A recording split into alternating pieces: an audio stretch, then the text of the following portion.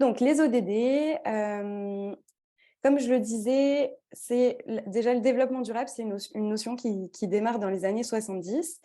C'est une notion qui a commencé à être développée en réalité un peu auparavant, mais qui vraiment commence à prendre de l'ampleur dans les années 70, mais qui pour autant n'arrive pas à émerger autant que souhaité, parce qu'il y a d'autres préoccupations à ce moment-là. À l'échelle internationale, c'est aussi les chocs pétroliers en 73 et 75. Là, on est en plein milieu de la guerre froide. Et donc, on n'est pas encore sur des priorités de développement durable et notamment sur les questions environnementales, même si on commence à avoir les premières alertes qui naissent. En 87, je pense que vous en avez entendu parler, le rapport Brundtland donne une première définition internationale des objectifs de développement, du développement durable, pardon, en parlant d'un développement qui répond aux besoins du présent sans compromettre les générations futures à répondre aux leurs. Donc là, on est plutôt sur une définition environnementale du développement durable, où vraiment on essaye de mettre d'alerter sur les questions environnementales, sur les questions climatiques, sur les questions de biodiversité. On n'est pas encore sur les trois piliers pour lesquels il faut attendre donc 1992 et le sommet de Rio en 92 pour avoir une définition du développement durable qui mette en avant et à la même hauteur les questions sociales, environnementales et économiques. Donc en 92, on a la définition de Rio du développement durable qui est la suivante: un développement économiquement efficace, socialement équitable et écologiquement soutenable. Donc on a bien pour la première fois les trois piliers qui apparaissent et qui donneront les schémas qu'on voit souvent sur les objectifs de développement durable. Et on a aussi, à l'occasion de ce sommet-là en 92 à Rio, la création des différentes COP. On en est à la COP 28 actuellement, et aussi des agendas 21 qui sont donc les agendas pour le 21e siècle, qui ont des déclinaisons nationales et régionales et infrarégionales pour les collectivités territoriales. Donc ça commence à être le début d'un agenda commun.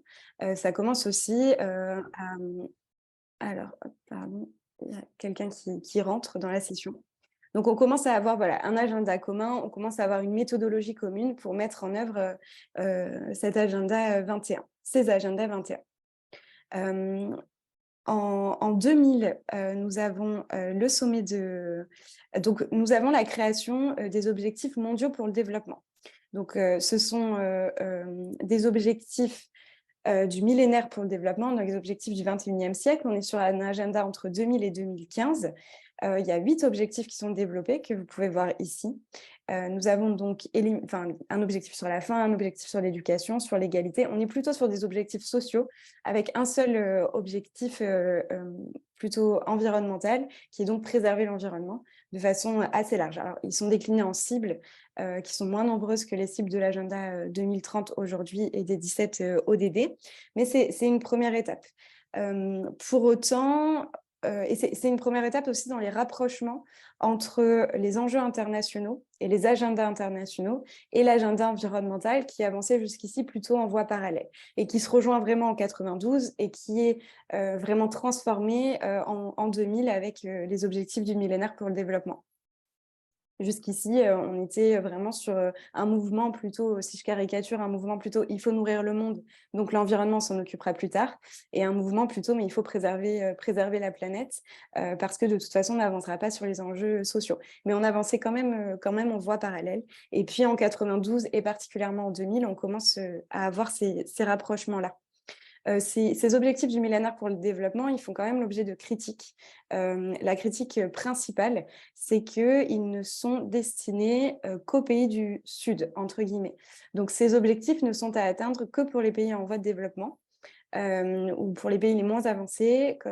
Et donc, tous les pays du Nord sont complètement exclus de la logique de ces objectifs, comme s'ils étaient forcément atteints dans les pays du Nord. Pour autant, on se constate à l'échelle internationale, à la fin, en 2015, de ces objectifs, que c'est quand même une réussite, qu'il y a un certain nombre d'objectifs qui ont été atteints. On a vraiment augmenté la capacité des États à assurer une éducation pour tous, sur les questions de santé aussi, sur les questions d'alimentation, etc. On a quand même augmenté les résultats, mais ça reste décevant sur cet aspect nord-sud qui est très clivant, et puis sur l'aspect environnemental qui est très peu présent, et qui est loin quand même des préoccupations principales des ONG qui interviennent.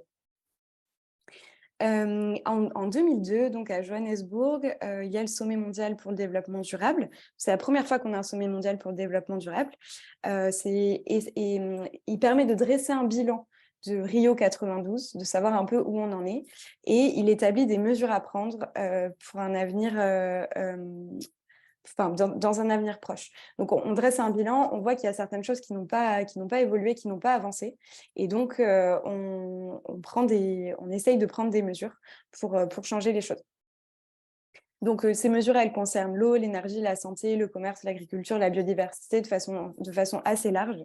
Et on se rend bien compte que ça ne suffit pas nécessairement. Et donc, en 2015, suite à un processus de concertation sans précédent, c'est quand même intéressant de le mettre en avant puisqu'on estime à 1 million de personnes concernées et contributrices de l'agenda 2030 qui sera donc adopté en 2015, sachant qu'on commence à travailler sur la question en réalité plutôt depuis 5-6 ans, depuis qu'on voit un petit peu les limites des agendas internationaux concernant à la fois les objectifs du millénaire et à la fois les questions environnementales.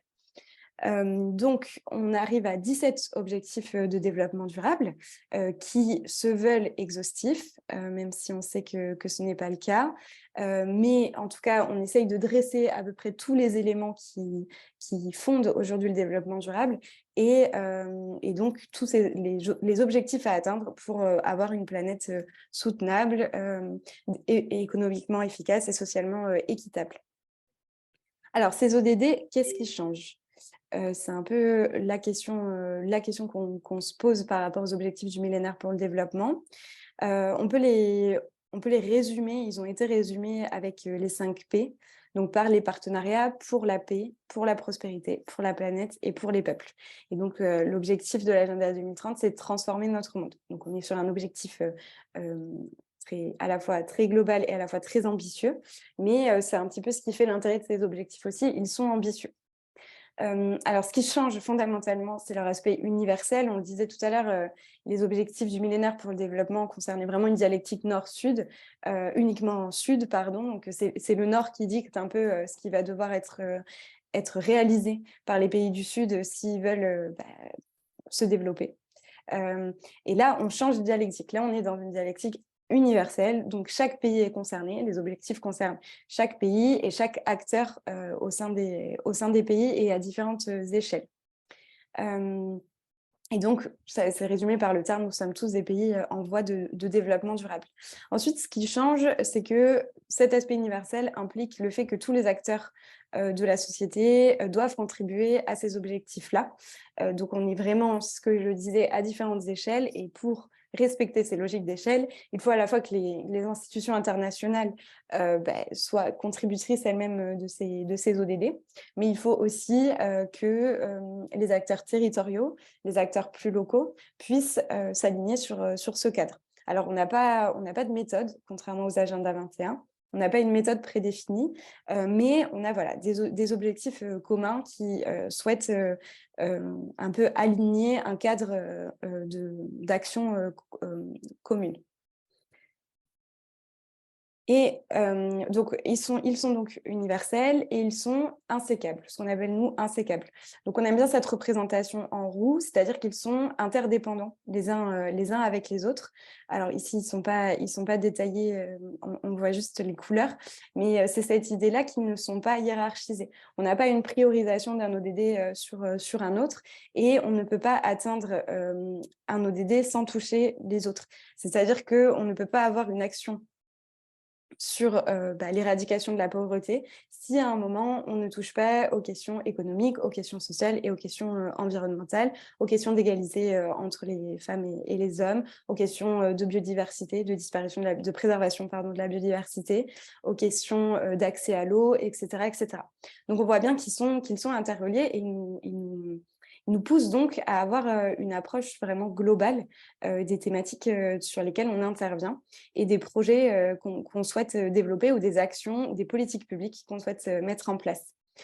Pour appuyer un peu cette insécabilité, ils sont chacun déclinés sous forme de cibles, donc ils ont 169 cibles en tout, et ils essayent, ces cibles essayent alors à la fois de détailler un petit peu ce qu'on entend par éradication de la pauvreté ici, si on prend cet exemple-là, mais à la fois ce qui est un peu sous-entendu par ces objectifs, et en même temps d'intégrer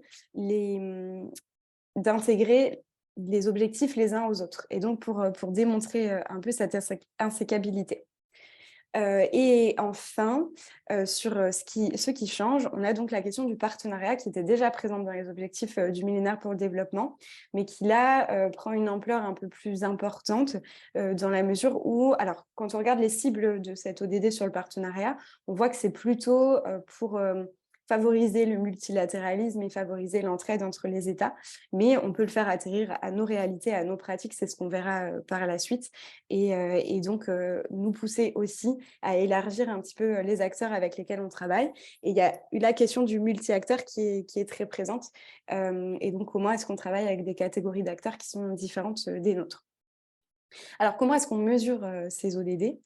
Comment est-ce qu'on sait si oui ou non ils sont atteints? Donc, tout d'abord, chaque État, à travers le monde, a développé une feuille de route. Nous avons une feuille de route nationale dans laquelle les ODD ont été regroupés sous forme de priorités.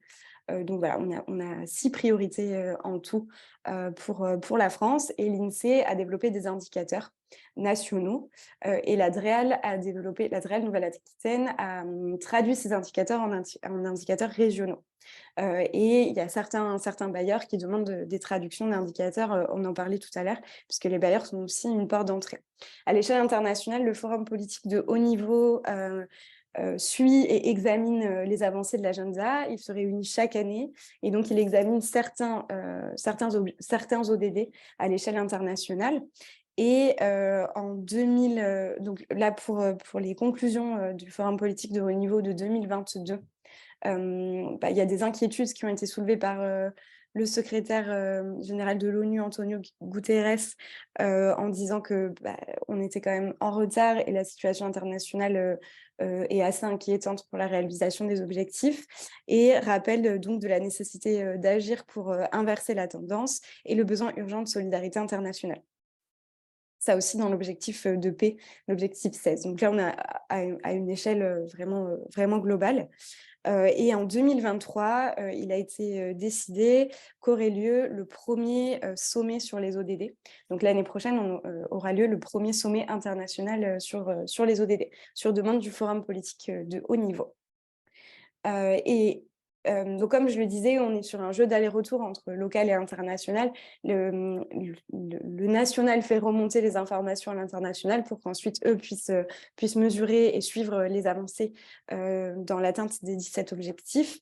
Et c'est en ça que les actions des acteurs locaux sont aussi importantes, puisque ça permet à l'État de comprendre les avancées. Alors, on n'a pas encore une traduction très efficace des actions sur le territoire et de ce qui peut permettre de mesurer si oui ou non on a une réelle contribution aux ODD dans nos actions, nous, à l'échelle des structures régionales ou infrarégionales.